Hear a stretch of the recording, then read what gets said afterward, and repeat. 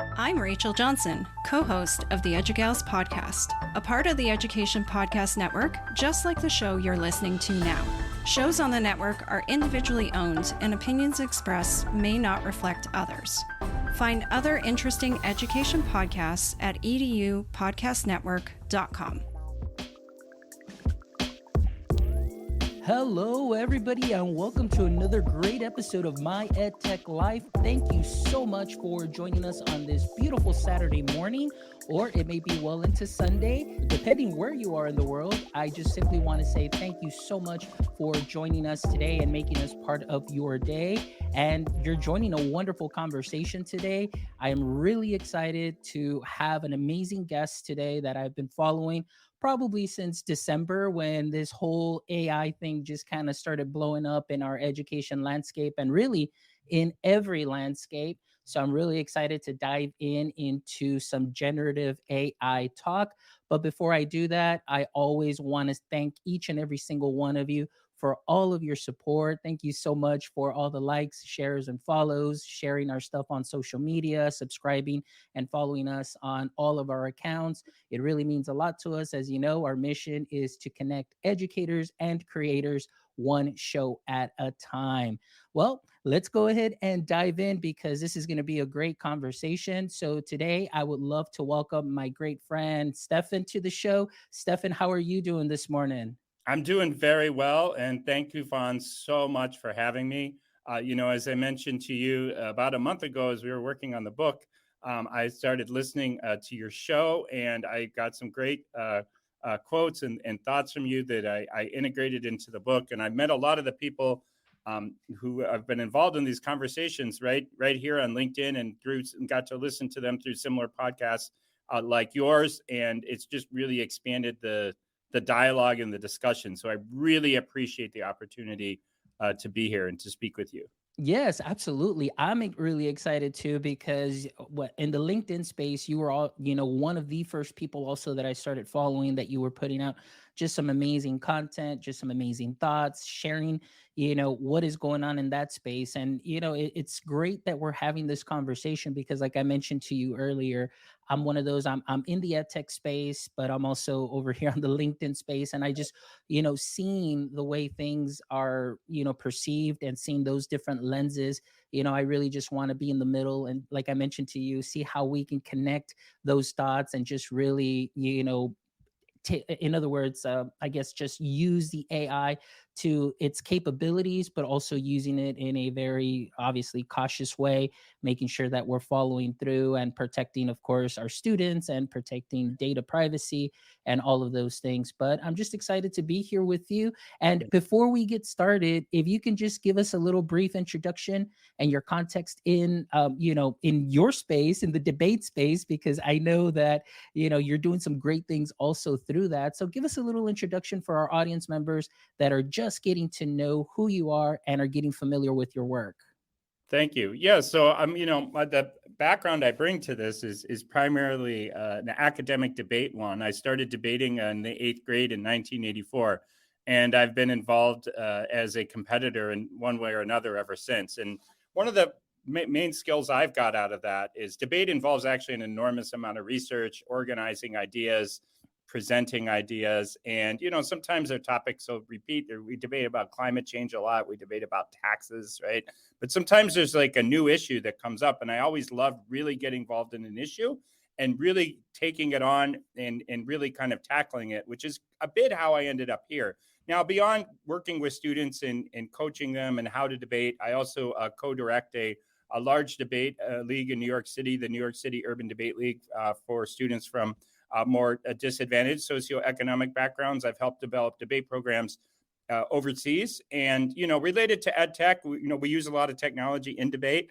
I know how to use a lot of these applications. I was kind of helping teachers directly or indirectly with them. And of course, when the pandemic started, debate went online, and debate was really the first student activity to go online. I ran a tournament in early April on a platform with more than 400 students and 200 adults, and helped support a large national tournament in June that year that ran with 6,000 students online. And then we supported the online architecture each year. And I've had various sizes depending on the laws in China, an online tutoring program over there. So I have some kind of general background in what we're doing. But what really hit me, well, two things got me involved in this. Well, one day I was sitting in a library waiting to have some debate practice with my students, and I saw an article in the New York Post that I think kind of talked about some kind of a new search engine, right? We can discuss whether that's an appropriate metaphor, but I was okay. So this interests me. I clicked on it.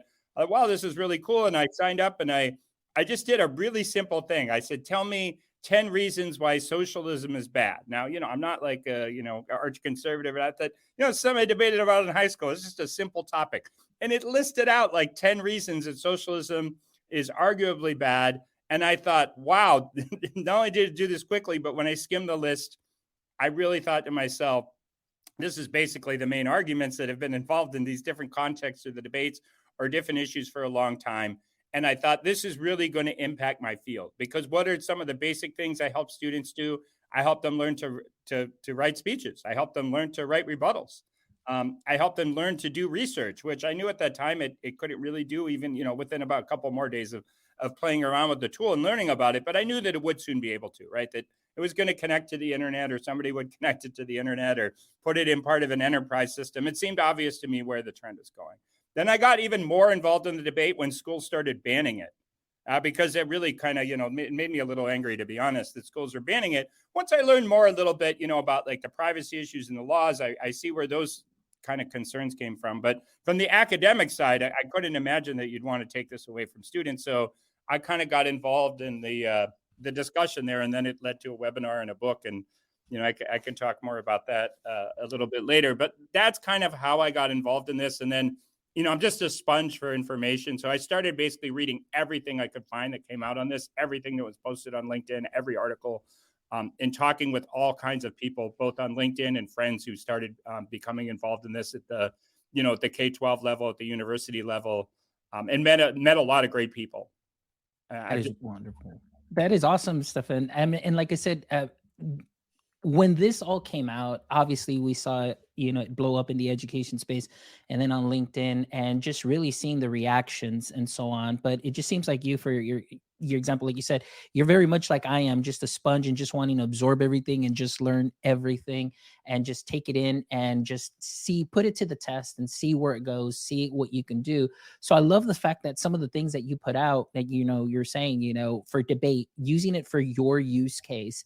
So I want to know just a little bit more too, because obviously I want to get to the book also as well. I mean, various authors and just really an extensive amount of content, 650 pages worth of content that's coming up. And so I'm really excited to learn a little bit more about that and your collaborators as well. First of all, I want to thank Amanda for joining us in the chat, and Rebecca Jordan. Also, thank you so much for joining us in the chat. And please make sure that you check out the links that I'm popping into the chat, because you will find the link to the book on the Kindle version that is on Amazon. So please make sure that you go and check that out as well. So Stefan, sorry, I apologize, Stefan. So for myself, I got really excited with the fact that, okay, this is how I can introduce this to the education space. This is what we can do for teachers, saving time. And obviously we saw that fear that came in.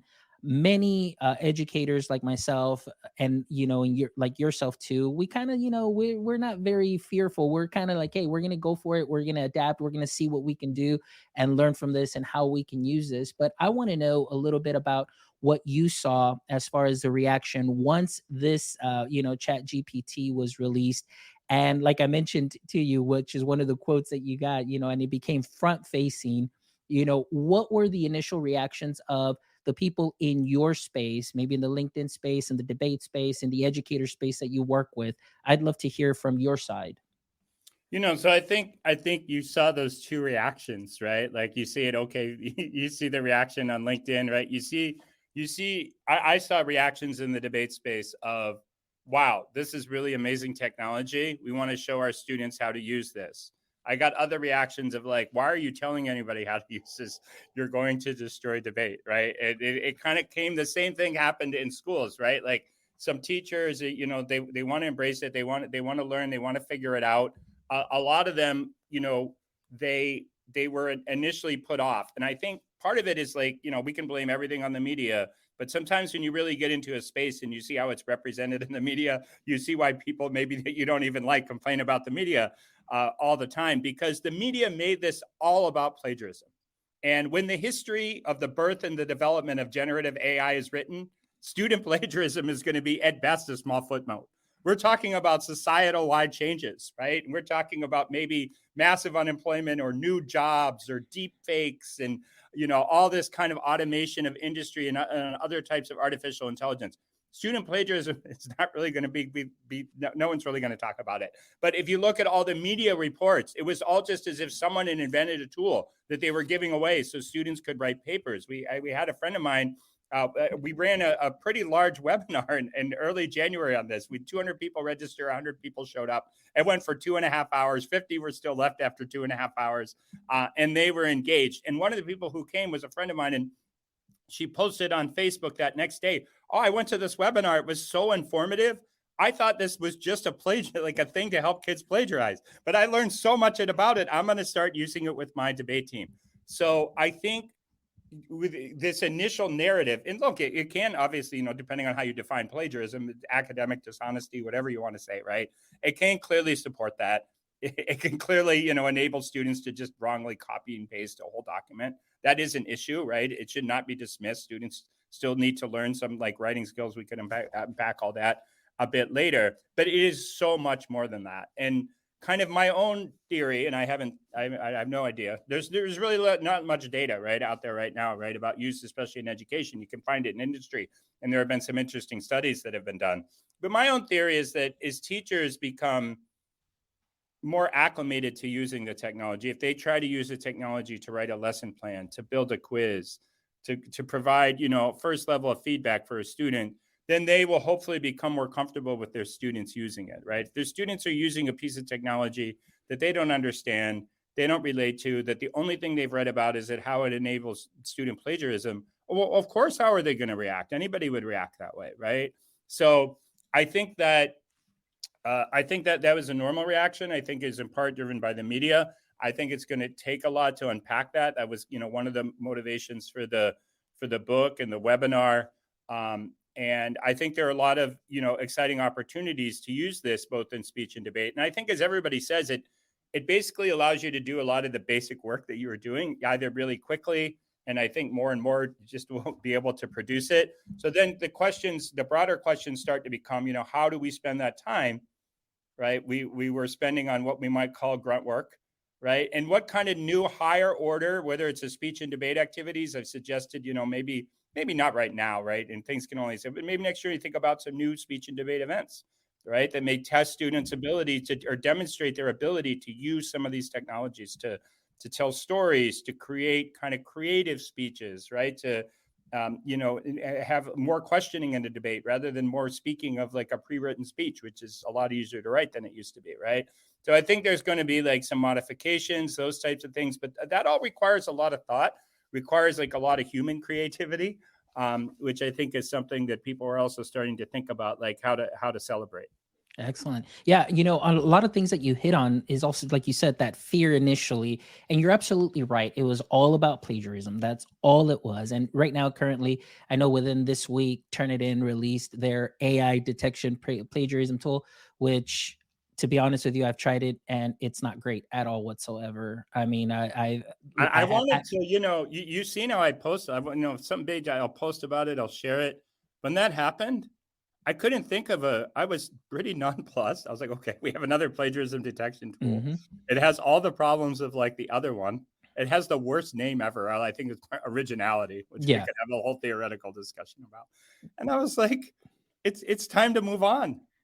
Yeah. It's time to move on. I know everyone has their own superpower. And if detecting plagiarism is your superpower, then I suppose I don't want to take that away from you, but and even before that, like in January, I guess when we came back from Christmas break, and since I'm part here in Texas of a thread with CTOs and everything all over Texas, everybody was worried about that. And that's all they talked about. And they brought up, GPT-0, and they brought out all these other plagiarism tools. And then I said, okay, I'm going to go ahead and put them to the test. And I created a video for them. And so what I did is I typed up my own stuff on a Google Doc, and then I popped it in there and it said 84% AI written. And then when I actually used AI to write it, it came back with 100% human. And I'm like, yeah, this isn't going to work. And then I tried turn it in. And there's another creator that I follow also on TikTok that we both tried it and we came up with the same results where we just put it to the test, created something full on AI, and it said that 10%, and it was really 10% was about two sentences that it picked up that it said possibly AI written. And I was like, oh my gosh, so there's definitely still a lot of work to do. And obviously, higher ed might be like, well, this ruins the college essay and so on. But you see work like Ethan Malik, what Yeah. they're doing. Even my professors this semester, they're like, look, we know that this is out there. Yeah. We know that, this is only going to get better. However, they said, when you submit something and I do have some questions on it, as far as the writing or so on, all I'm going to do is I'm just going to ask for a one-on-one meeting. We'll discuss the writing. But he actually said, if you did use this tool, please justify, reference it, and why did you use it? And they were so cool with it. And after that, nobody even Yeah, thought not like about it at all. We just moved on and going on with our work. So you saw a lot of that going on. And like I said, right now, I think for teachers, I told I I've had several guests where I said, for me, Encyclopedia Britannica, and I'm dating myself, was my Chat GPT yeah, back in the day. yeah, My mom would drop me off at the library. I had to do my research. I would just go to the encyclopedia and then I would go ahead and do my book report on that. And then of course, internet came up, type it up, look it up on Google. So this isn't anything new at all whatsoever. What I do I think is just it's going to definitely enhance, like you said, getting rid of some of that menial work for teachers, educators, or anybody in any space. But it can also help enhance the lesson and really dive in deep, which brings me to my next question. A couple of weeks back, I did have a gentleman, William Gruby, who is out there in Iowa, and he's going into the schools and sharing what this tool can do. And for him, mainly his focus that he sees a lot of teachers concerned about is that this is going to get rid of any of those critical thinking skills, communication skills, or effective communication skills that are essential. What are your thoughts on that?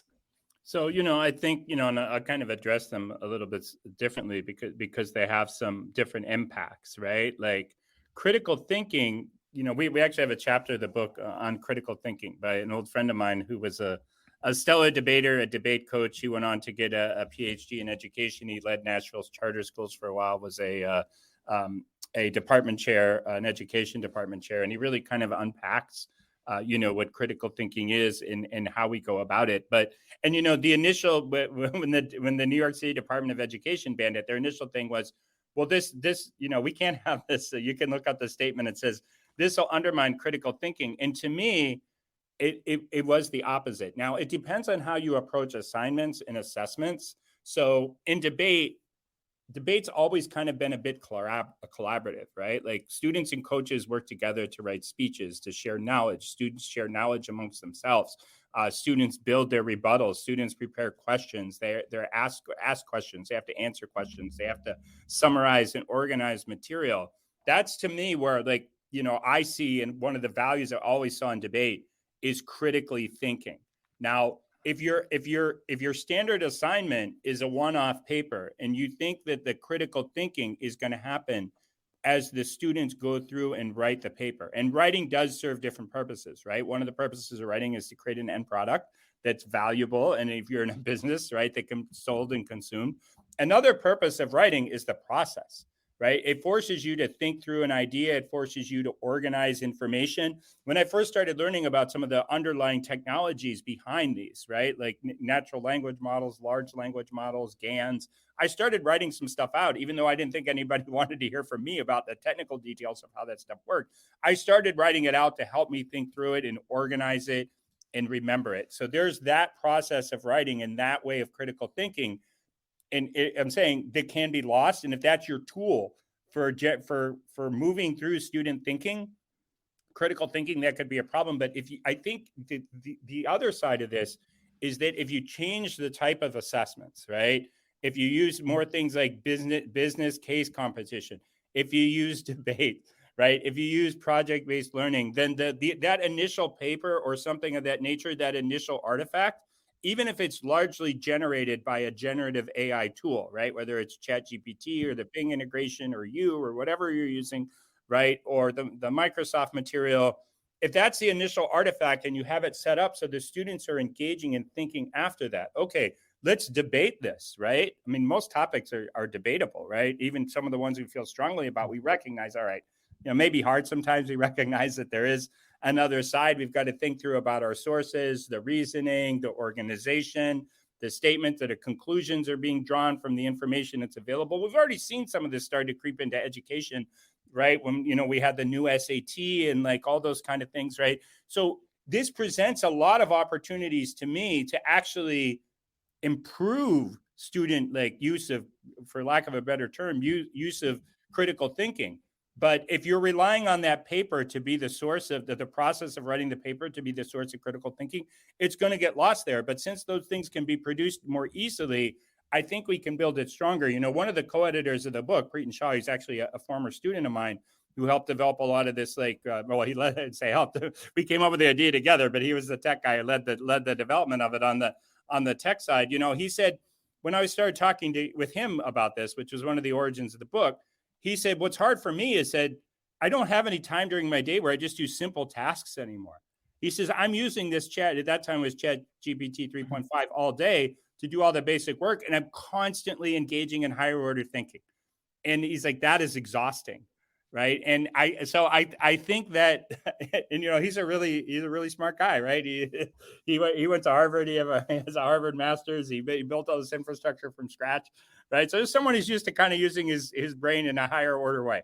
But, he's just like, this is exhausted, but it's not, if you just give the same assignments, that is the reality. If you just give it the same assignments and all these tools are present and all these tools are going to get a lot better, we're not going to be able to tell that in this play.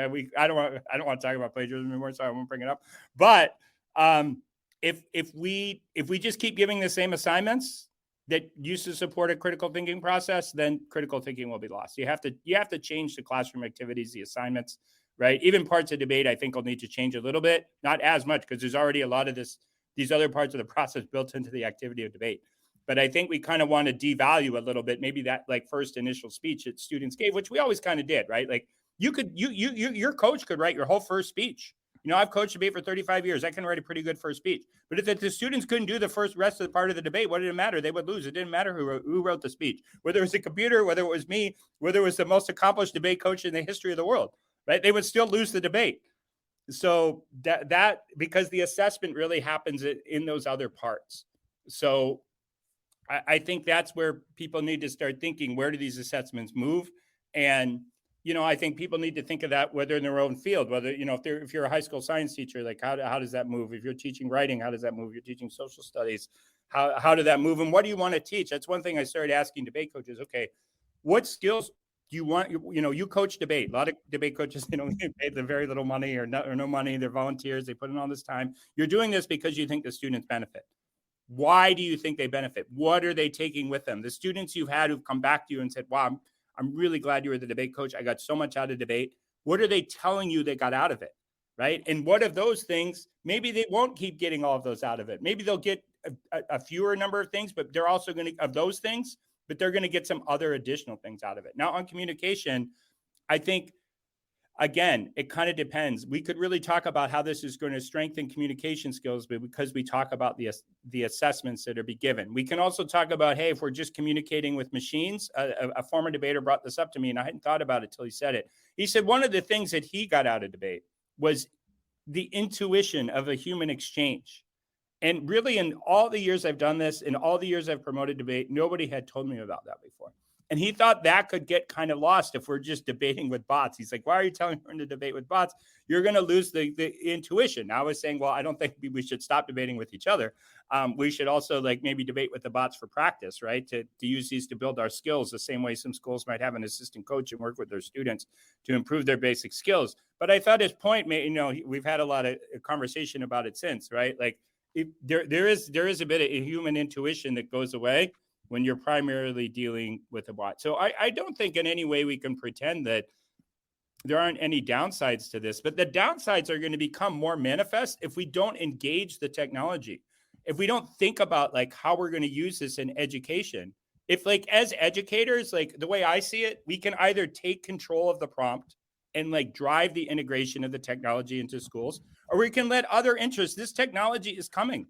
It's already here, right? Because it's being developed in industry, that's accelerating. What does industry want? Industry wants great products. It wants to produce them cheaply. What can generative AI do? Produce really awesome products really cheaply. The downside is a lot of current assessment is based on students producing products. Well, the products are going to, the technology is going to keep advancing because industry is going to drive it, like to create these products. And then we have educators, right, who, you know, the traditional assessment is to create a product. And the schools, they're not as isolated in that way as they hope to be. You know, for many unfortunate, terrible reasons, we have to really strengthen the physical security of the schools.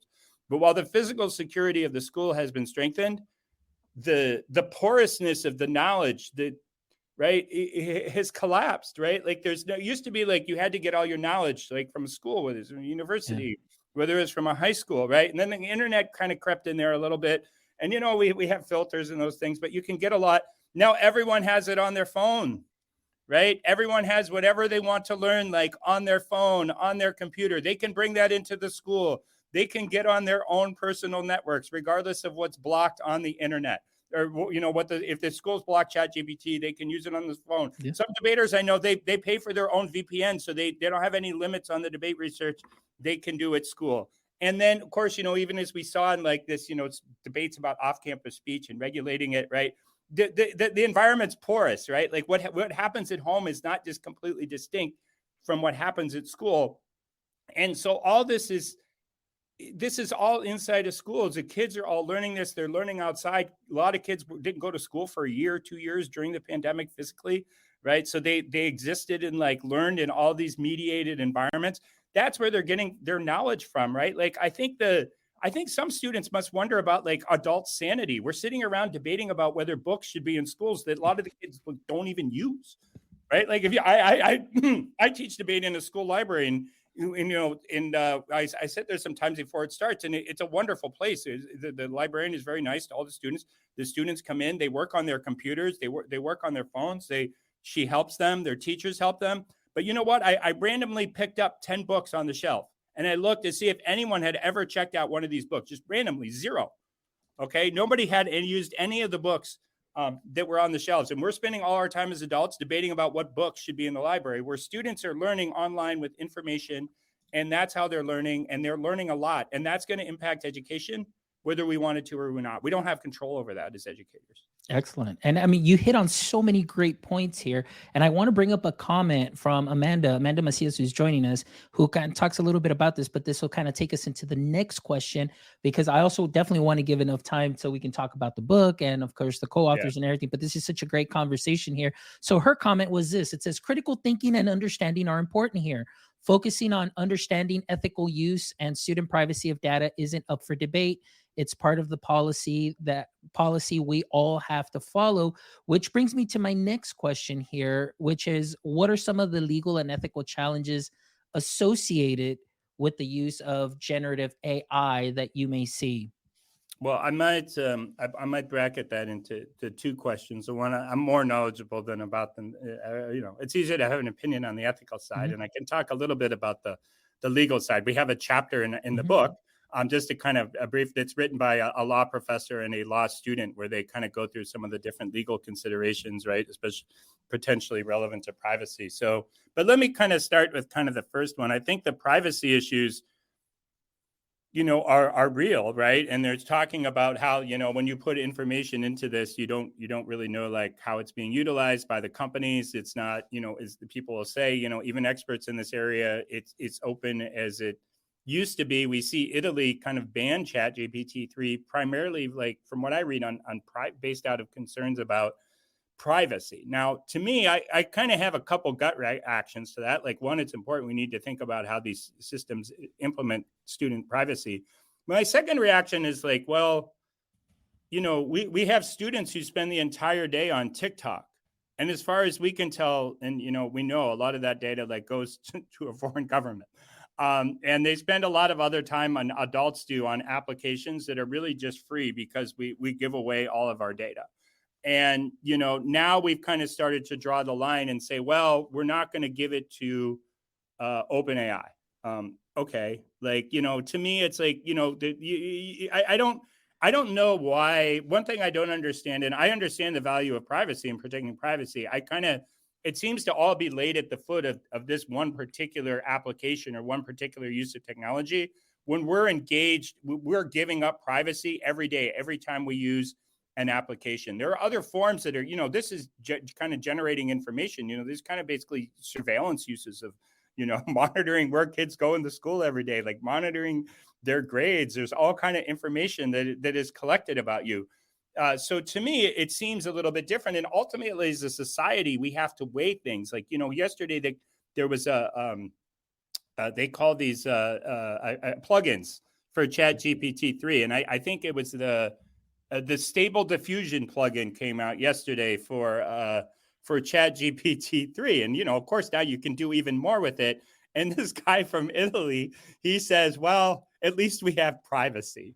And he was like, okay, we have privacy here, but we can't use any of these technologies. There's incredible like academic research coming out of MIT, preliminary research, but showing 18 to like 30% increases in productivity have dramatic effects. But I think it's a conversation that we need to have beyond the legal thing about schools, which I'll briefly mention. Like I say, I'm not as qualified there, but we have to have discussions about like what's important, right, in our society, and like what roles do we want to have? People want everything. They want to have industry productivity. They want to have economic competition with China. They also want all their privacy protected, right? Like these are not necessarily things we want to be able to differentiate lessons for students. Okay. And we want tools to help us do that. We know that, teacher, like conceptually, like even to me, like this never like, okay, how am I supposed to teach this lesson 30 different ways? Right. And it's easier for me as a coach, right, than as a classroom teacher. And when I talk to other classroom teachers, they're like, yeah, it's a nice idea, but like in practice, it doesn't really work that well. But the only way we can really do that is if we collect student data, right? Like if maybe different types of systems, like I'll call them surveillance systems, though that sounds a little bit scary, right? Kind of collect this data. They know exactly where Johnny is in math. Maybe Johnny's in the 4th grade, but he only has 3rd grade math abilities at this particular area. So the machine spits out an assignment that he can do, but also kind of starts to push him up a little bit. We can only do that with data. So to me, these are big questions that we need to ask. Like, yeah, in the chapter on the law, they talk about how one of the major laws is like written like 20 years ago. And so I think there might need to be some legal changes. I do think educators need to think about a couple things, right? One is, do we hold all the apps that we allow our students to use or that we don't block from our networks to the same standards, right? Like, say, okay, I get it. You block ChatGPT because it says you're supposed to be 18 and there's these privacy concerns. There are millions of applications out there. Do you block all of those, or is it just kind of this one that you don't really like? I was on the New York City Department of Education network the other week for a debate tournament, and I basically could use everything but ChatGPT. Okay, and even then, I could use a lot of the websites that use the API. I could use them, right? So we're not like strictly policing it. The other thing I would say is this is a transformative technology, and people need to figure it out. There's this old story about Uber and the general counsel there. I don't know if this story is true, but even if it's not true, it makes the same point. The general counsel kept saying, you can't do this. We're going to get sued. You can't do that. You're going to get sued. And somebody said, look, we have to get a new general counsel because part of the job as the general counsel is to make it work, right? We have to, otherwise we're going to shut down the company. So people in charge of these decisions in schools, they have to figure out how to make this work because this is transforming the world. We can't let students graduate from high school. Only 50% of students go to college nationwide. And all those don't graduate for college. We can't rely on colleges to do this. We can't rely, on industry. Industry is just going to hire the person who already knows how to do it. So you can, at the end of the day, say, hey, like our school district, we have the greatest privacy protections ever. Yes, we know that when our students get to college, they can't use these technologies and they're struggling to get jobs in like copy editing and writing, but their privacy is protected. Maybe that's what we decide as a society. We shouldn't dismiss that, right?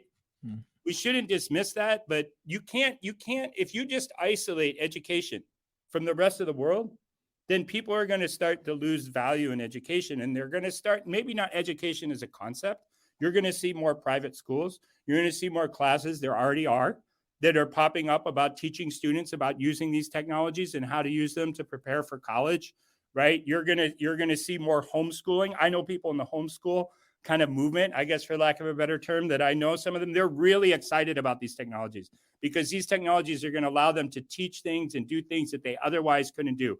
That's going to put more pressure on schools. If schools don't want to adapt, they don't have to, I guess, right? But then they're gonna lose some of their relevance as an area of learning, and they already have a little bit to no fault of their own, just because knowledge is more porous and is available in all these different ways, and students figured that out a bit during the pandemic. But one of the questions you asked is like, where is this heading? That concerns me a little bit in terms of kind of equality. Like public schools, they've always been, people can criticize them and, maybe they're not perfect. No school is perfect.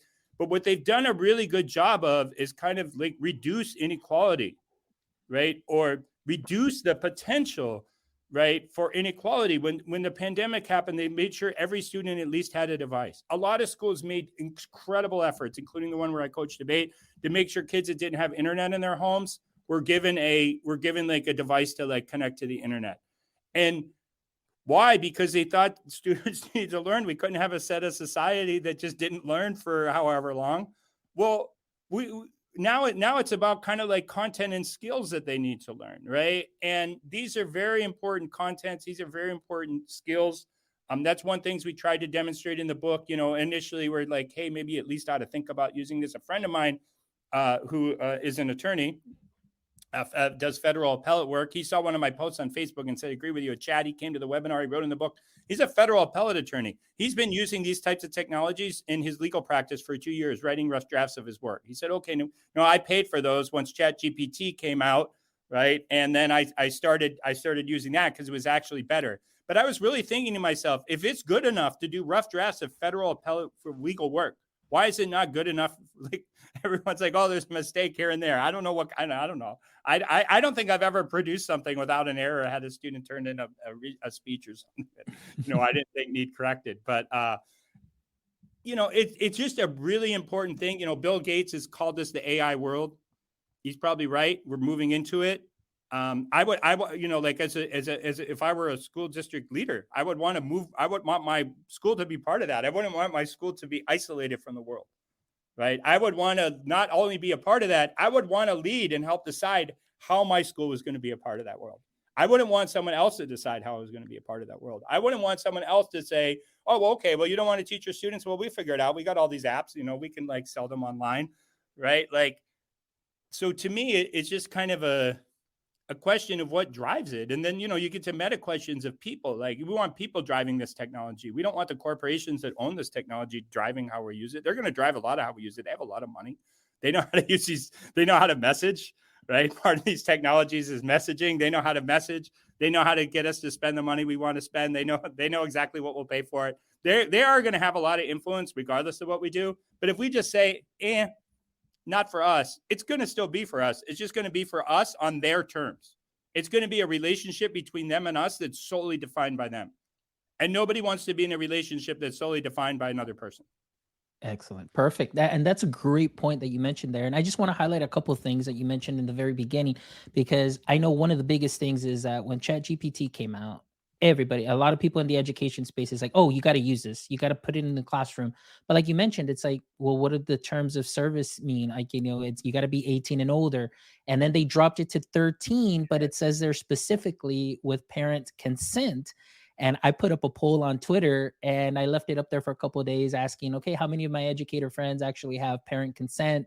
And not that many people answered, but the ones that did, it was a whopping 63% did not ask for any parental consent to bring that into the classroom, and do it that way. However, you did mention even as a district, there are programs that we use that use some sort of AI, obviously, because you hit on a couple of things. Like search engines. Yeah, but at the beginning of the year,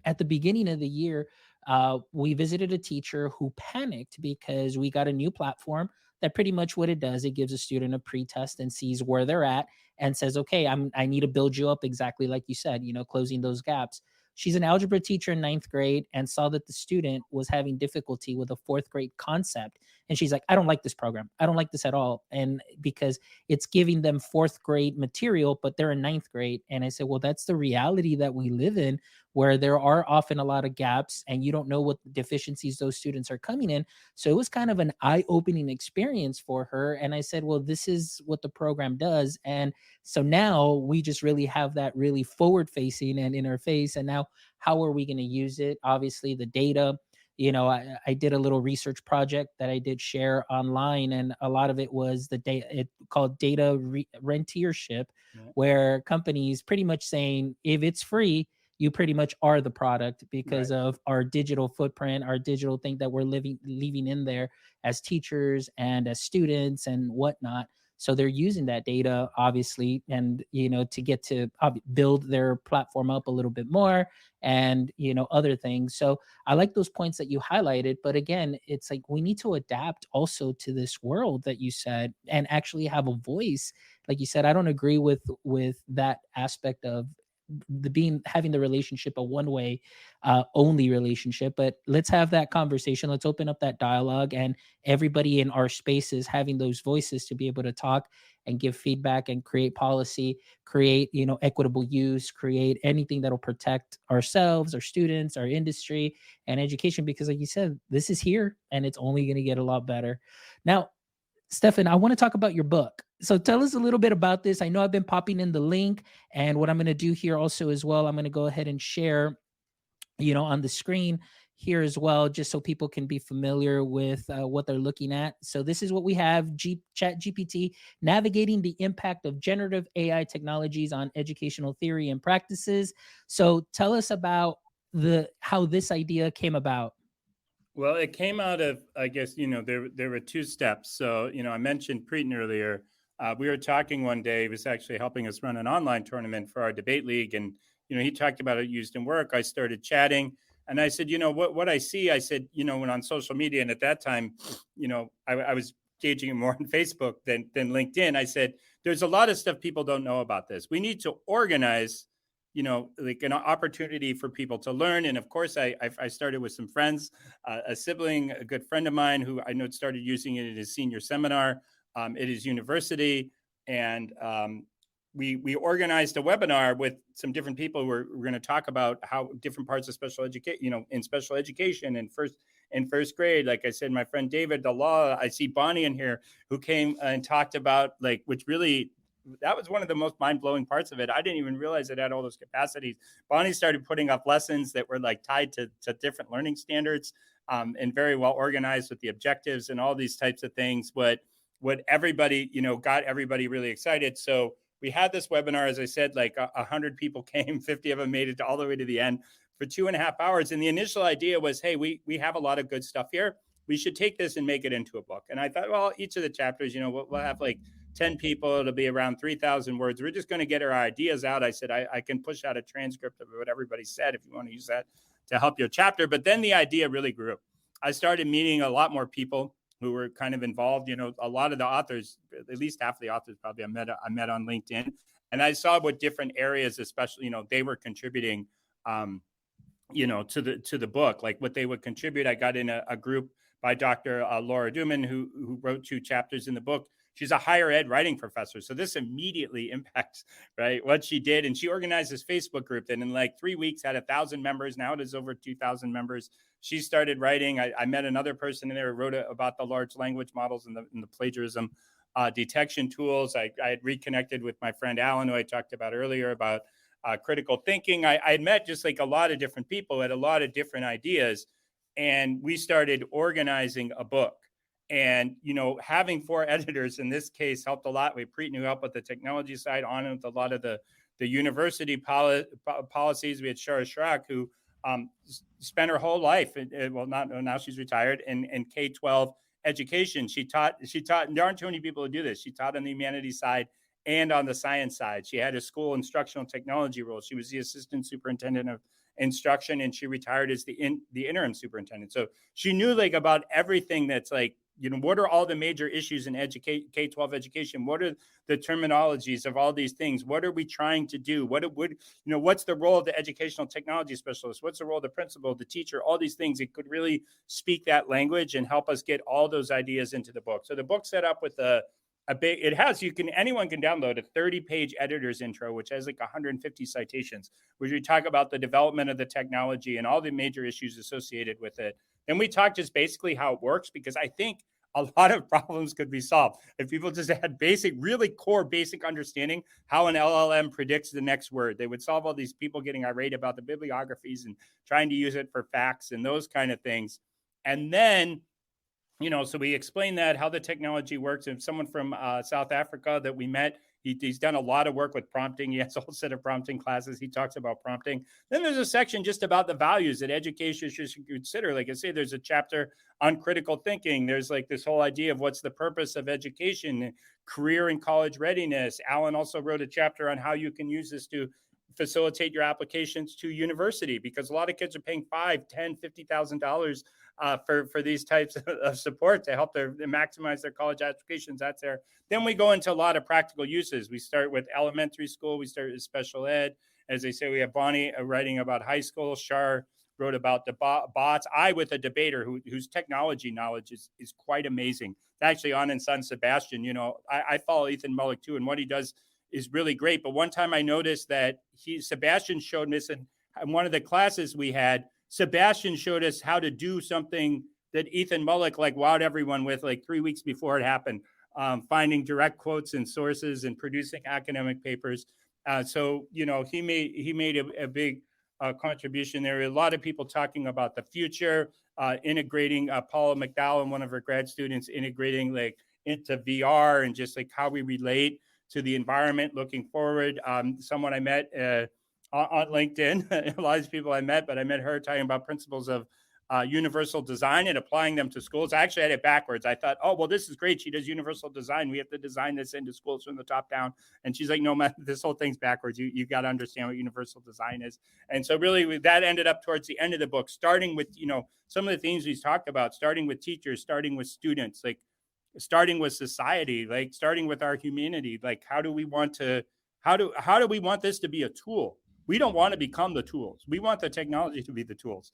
So there's a lot of that theme that gets unpacked, and it was enjoyable to kind of work with her on learning that and those ideas. But I thought it was kind of a good way to end the book, and then it kind of just concludes with some of my final thoughts. But this book was produced by a team, right? I mean, you can't write a 650-page book in 60 days without an amazing team, and our contributors were really amazing. We have, I said too, Dwayne Matthews leads it off with he's a keynote speaker. You may be connected to him about kind of just the future and the future of education and, industry 4.0 and all these exciting technologies that it kind of gets contextualized in the books. But we want to leave this for, a few different things for people to think about. We opened all the major issues. Right? All the major issues to discuss. We think, okay, if you're in what part of education are you in? Are you a primary school teacher, right? Are you a secondary science teacher? Are you a writing professor? Are you working on your school's AUP policies, or your senior seminar?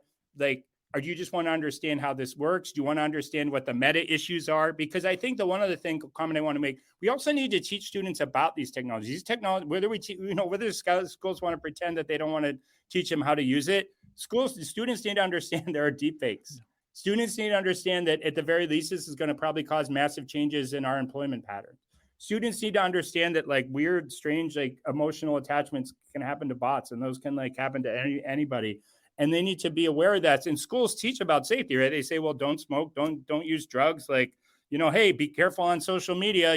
There's a lot of negative interests out there.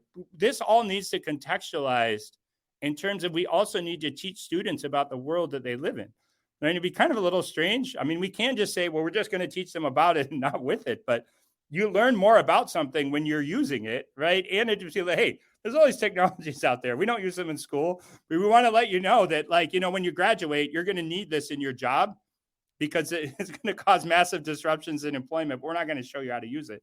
So it would create a strange situation. But I think at a minimum, and then, there's another, some essays in there. Oh, two other, one of the essays talks about developing AI literacy standards and technology standards, right? Because even AI literacy, people were shocked when I told them that there is AI in Quizlet, in Grammarly, like all before this happened, right? Like that's how all these technologies work.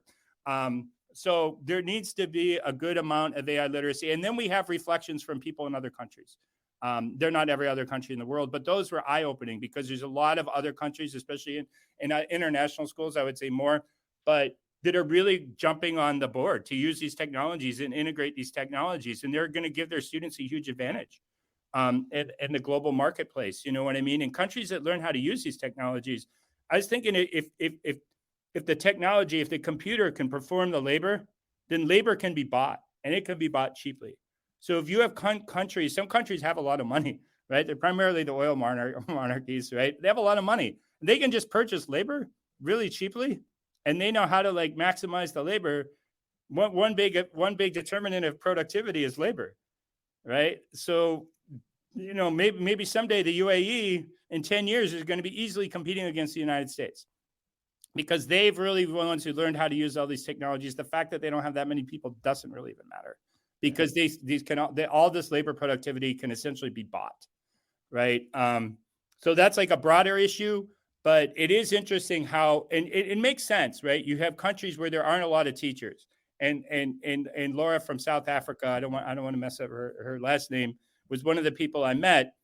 She was originally writing about DE&I, and she was talking about how this meant for South Africa. And I thought to myself, oh my gosh, this whole book's just about the United States, as if there aren't other countries like using this. And that kind of gave me the idea to include other countries. Mm-hmm. But then when I started speaking with people in other countries, I thought, wow, they're really like jumping on this. And it makes sense because they don't have enough teachers. They don't have the level of education that we have, even in some of the most difficult circumstances. So they're thinking about, they would love to have some of the education systems we have, even in the most difficult areas of the United States. They're not even there. Right. So they're thinking, how can I use technology? Laura was telling me, like in South Africa, there's like one teacher for like every 100 students or something like that. Right. So, how can and John Kelly from Mexico said, like, we don't even have like enough universities to meet like the growing global demand. There aren't enough professors.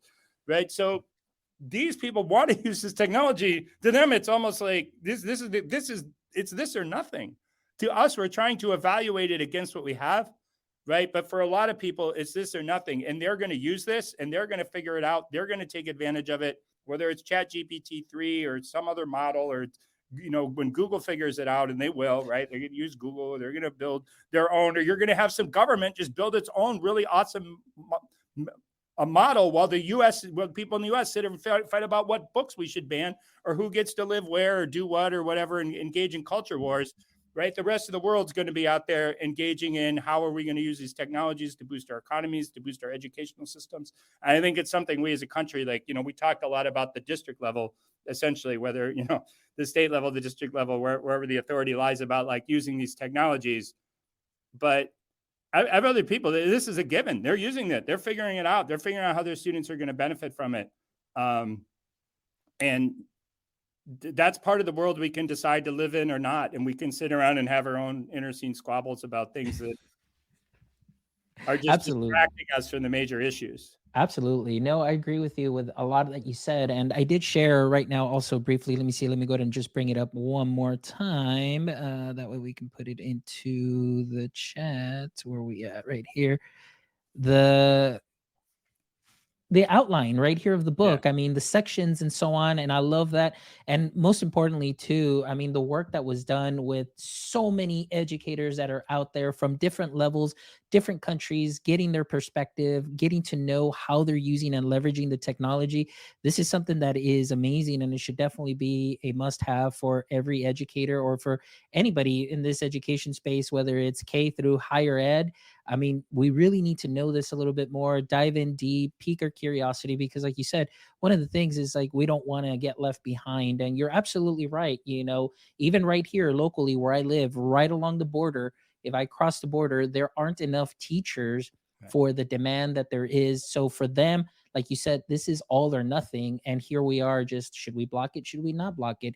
Let's create more plagiarism trackers. Let's create more of this and more of that, and originality reports and this and so on. And like you said, they're leveraging it because this is what they have and the only thing that can help them continue to succeed. So for sure. And definitely I agree with Bonnie. Bonnie here states, grateful Stefan put a great, marvelous team together and truly comprehensive. I definitely agree with you, Bonnie. Thank you so much for yourself too and everything that you contribute, not only here in the book, but also into the education space and putting all that out on LinkedIn. You are definitely amazing. And it's always great to be awesome like you, Bonnie. So thank you so much for Yeah. joining us. I love her. Bonnie is amazing. She's great. Yeah, she was awesome. I said, wow, then I was like, wait, you can make a table? And that's it. Like, we're all learning, right? Like, Yeah. we're all like learning a new thing. There's new prompts, like there's new ways of doing things. We're all learning from each other. And I think that's like, you have educators. That's why at the bottom we put like, oh, should we put like the editors' names on it, or should we, kind of list 32 names? That would be hard, right? But so then we said by educator, because everyone here like is an educator, whether they're teaching or coaching or doing all those kind of things. And one other thing I'd say at the end, there's some we call them young authors at the end, and it was my nieces and nephews, and Sava's one of the book authors. She got her nephew to do it, and I thought, oh, and I had some different ideas, and then on and said, well, have them use that Scribble Diffusion, and I thought, oh, they're going to use Scribble Diffusion.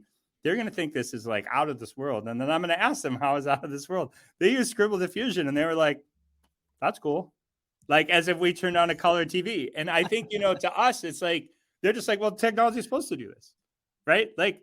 And it kind of reminded me, and somebody posted the other day about technology change. And I said, yeah, when my parents turned on their first color TV, I was blown away. My younger brother, he was like, whatever.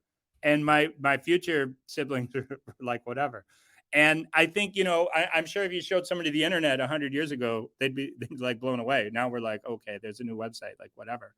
And I don't think these and I don't want to characterize it that way at any points. But the point is that what we think, like, this, like, students are using Scribble Diffusion, they expect they're going to be able to use technologies like this. They expect they're going to be able to write something down and something else is going to appear, right? And if it stops doing that, then they're actually regressing. They're actually going backwards. We already have students who, if you take this away from this, I call it de-skilling. Yeah. Right? We always try to upskill students, where we kind of give them more skills than they might have, right? Otherwise have. We don't want to de-skill them. These are technologies that students are going to see being used, that are going to have been used in other contexts, even if it's something that their aunt shows them, like an iPad with Scribble Diffusion on it. And if they don't have access to these technologies in schools, they're going to start to, not maybe so shockingly, but they're going to kind of say like, well, why can't I use all the stuff I use at home, right? Why can't I use all this stuff I use there? And then we're spending the school day kind of taking away their knowledge at a broad level. No, I agree with you. I'm with you 100% on that. Well, Stefan, it's been an amazing, amazing interview. Thank you so much for everything that you've shared. Amazing insight. And I mean, just from a short period of time, and of course, but with the team and people and all those connections just coming together, I just love the fact that the knowledge base is continuing to grow, and we can dive in deep and just can continue to learn from one another as we are all navigating this space together, and then even with our own professional and personal learning as well. So it's just great to have amazing resources. And I have been sharing the link to the book here as well, so people can definitely go and check it out on Amazon. Please make sure that you do so. Also, I have been placing your link here so people can connect with you via LinkedIn. And then, of course, all of that will be in the show notes as well. But before we go, I always love to end the show with the following 3 questions. So this one's going to be a little bit different, because normally I'll ask about the edu kryptonite, which is kryptonite in the education space.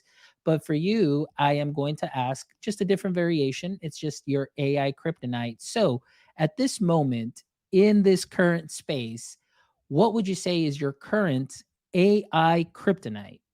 So, I meant to ask you this before the interview started, but is kryptonite like a superpower, or is it the opposite? It's the opposite. It's like, so Superman. Okay, that's what I meant. It's what weakened Superman. So Superman's weakness was kryptonite, and it's like when you brought it close to him, it was like, oh, I get weak. So in the current state of AI, what would you say is your current AI kryptonite?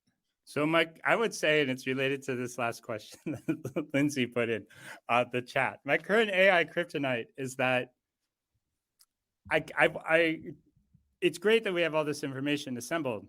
I can't really stop, right? And Lindsay says, well, when's the book available in print? It actually should be available in print on Wednesday, but we want to get the book out there immediately and then kind of think, okay, is there anything else we want to add? We could keep adding. I said, at some point we have to stop. And the one thing I've realized in education is like, and I said this to someone yesterday, like, I think, I do it too, right? So like, we're always posting on the new coolest thing we found that these technologies can do. Right. Like there was something where you could build a whole classroom. And then I made a little video about like all the things teachers could do with it. I was like, look, this is pretty cool. I was doing some cool stuff yesterday. But a lot of people, they need to like know how to like, whether it's a prompt or just like a natural language, they need to know like that it's an app, but it's on the internet, that this is how you sign in, that this is how you write a query. This is how you might ask a follow-up question because it's a bot and not just simply a search engine. This is how you can look. It can produce a lesson plan. You can organize this in a table. And I think that my kryptonite is that I keep trying to push the limit and push the boundaries and learn absolutely everything I can about every little different thing. But if I want to do what I talked about earlier, if I want this to become like, I think it does need to be included in education, and it will be included in different spaces in different ways. And I want to get people to think about how to use it. If I want to have a practical impact, then I need to kind of work with people in a little more of a practical way. So because say the book, I believe, will be out on Wednesday. We're just kind of finalizing the things. It's very large. It's actually over 900 pages in print. Yeah. Somebody who interviewed me said it's kind of like a Bible. I hope maybe it starts to be thought of that way, but I'm very excited about it. And thank you, Lindsay, for your question and having your university order copies of the book. I obviously love to talk about this. My coworkers, my other job, they're a little tired of me talking about this. So I really appreciate the opportunity to speak about it and hopefully to connect with even some more people on LinkedIn after this podcast. Yes, absolutely. And I'm really excited about it. And it says here, it's approximately 996 pages. Yes, So almost 1,000. So, but it's great. And like I said, it's a great start. Like I said, there's a little bit of everything and we know it's going to be ever changing and evolving, but what a great way to start. And again, because even as what I see sometimes is, like you mentioned, I'm very much like yourself. I'm like multi-passionate creative and I just want to dive in and go hard. But like you said, even with something like this, it's a great way to just start at a practical aspect too, and just think about those things. And just like you said, keeping it simple many times helps out a lot. And then that'll get people up on that train. And then of course, just, getting them excited. That's how we all started. We all started with a simple prompt. Exactly. We didn't start with producing like, a modal video. Of like, yeah. All right. The newest tools. So. Here we go. Question number 2. Yeah. Question number 2 for you. If you could have a billboard with anything on it, what would it be and why? You sent me this question before, and of all the questions you asked, I was like, oh man, I was really struggling with this one. But then you know what I thought? But the answer is obvious. How could I not have it say debate? I've been in debate. I'm 50. I'm almost 52. I've been debating since I was 13 years old. Like I said, I've been a coach, a publisher, a tournament organizer, builder of debate abroad. But what does it have to do with this topic? Like, so the other people, like, I saw Becky was in here. I met her many years ago at a debate tournament when she was a debate coach, right? So, but what does this have to do? So then I kind of started thinking, and I made like a little acronym sheet. I think the one thing is you start with the D. You have to dream. You got to ideate. How do you want to relate to this technology? How do you want to bring it into your school? Like, how do you apply that? You have to engage it. When you engage something, you think about it, you pay attention. You don't just say, oh, well, I'll just buy this Microsoft tool and like play around with it. Nothing against Microsoft. They have a lot of great tools from what I'm seeing, but we need to give it there faster. We need to engage. We need to engage each other, whether it's on LinkedIn, whether it's on these types of conversations, whether it's in informal conversations. We need to think, right? We got to go with the B. We need to think beyond like where we are. And that's another theme I've been trying to pull into some different discussions. Everyone keeps reacting to exactly what the technology can do at the moment, right? And then say, oh, I recreated my class based on what this can do. Now they added this plugins, it connected to the internet.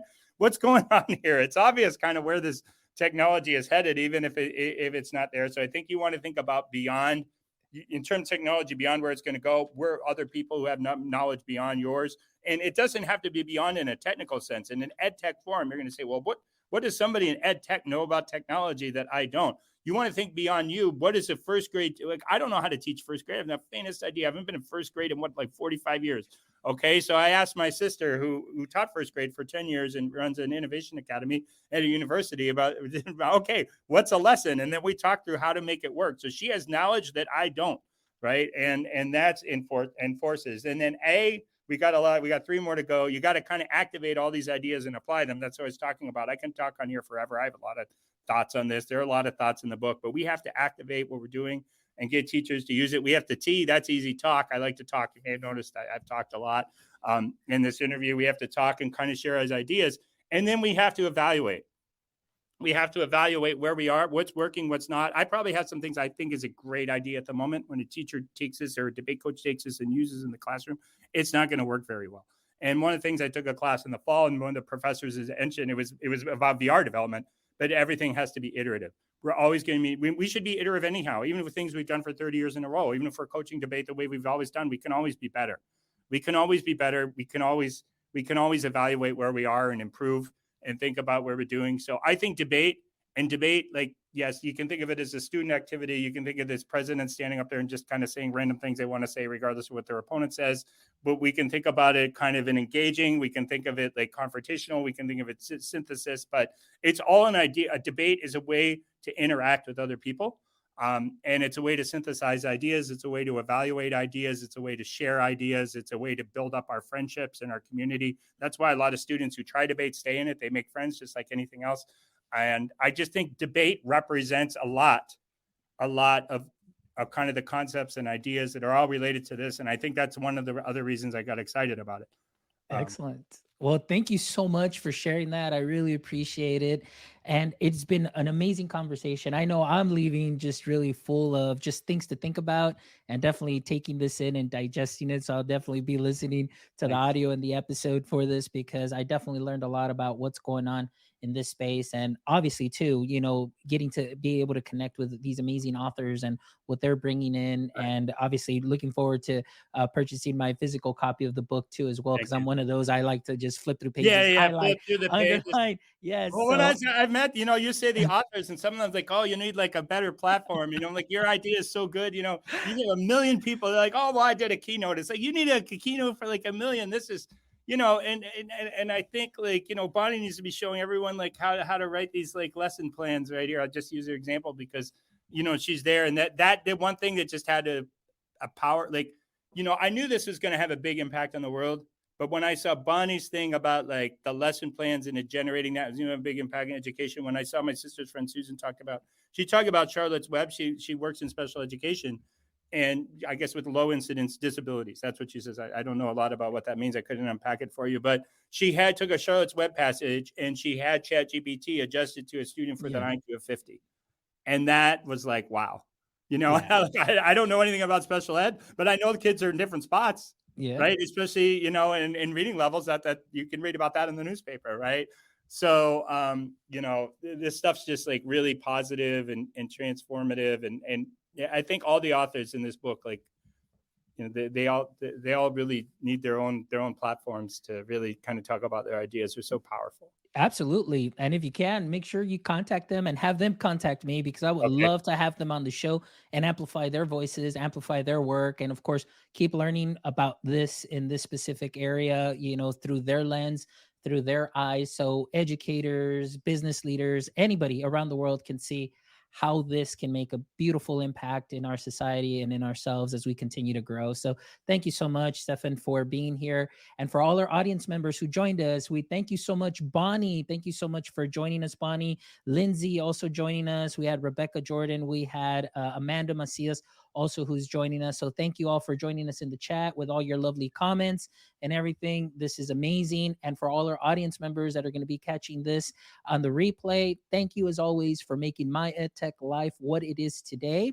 Please make sure that you visit our website at myedtech.life, myedtech.life, where you can check out this amazing episode and the other 189 amazing episodes with educators and creators that you can kind of learn a little bit from. take those knowledge nuggets, sprinkle them on to what you are already doing great.